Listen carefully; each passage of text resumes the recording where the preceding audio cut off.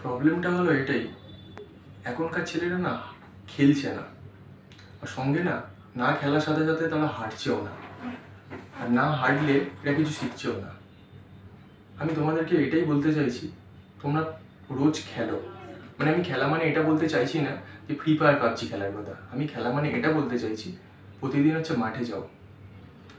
যে ক্রিকেট খেলতে ভালোবাসো ক্রিকেট খেলো, যে ফুটবল ভালোবাসো ফুটবল খেলো, যে রানিং ভালোবাসো রানিং করো, তবে খেলো।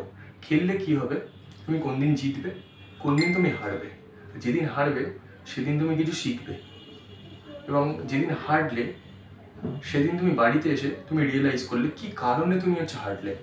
সেই হারার রিজনটা তুমি হচ্ছে নিজের কাছে জিজ্ঞাসা করো যে কেন আজকে হারলাম। সেটা একটা কোনো না কোনো রিজন পাবে। নেক্সট দিন ওটাকে নিয়ে ইমপ্রুভ করার জন্য নেক্সট আবার মাঠে যাও, সেটাকে ইমপ্রুভ করার চেষ্টা করো।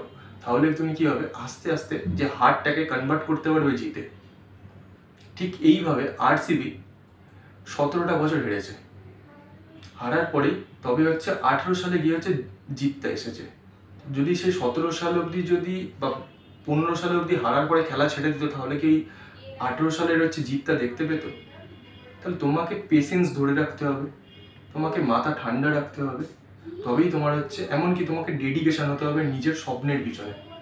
সেটা পড়াশোনা হোক, খেলা হোক, যাই হোক, মনটা শান্ত রাখো, জিত তোমারই হবে, আমি বলছি।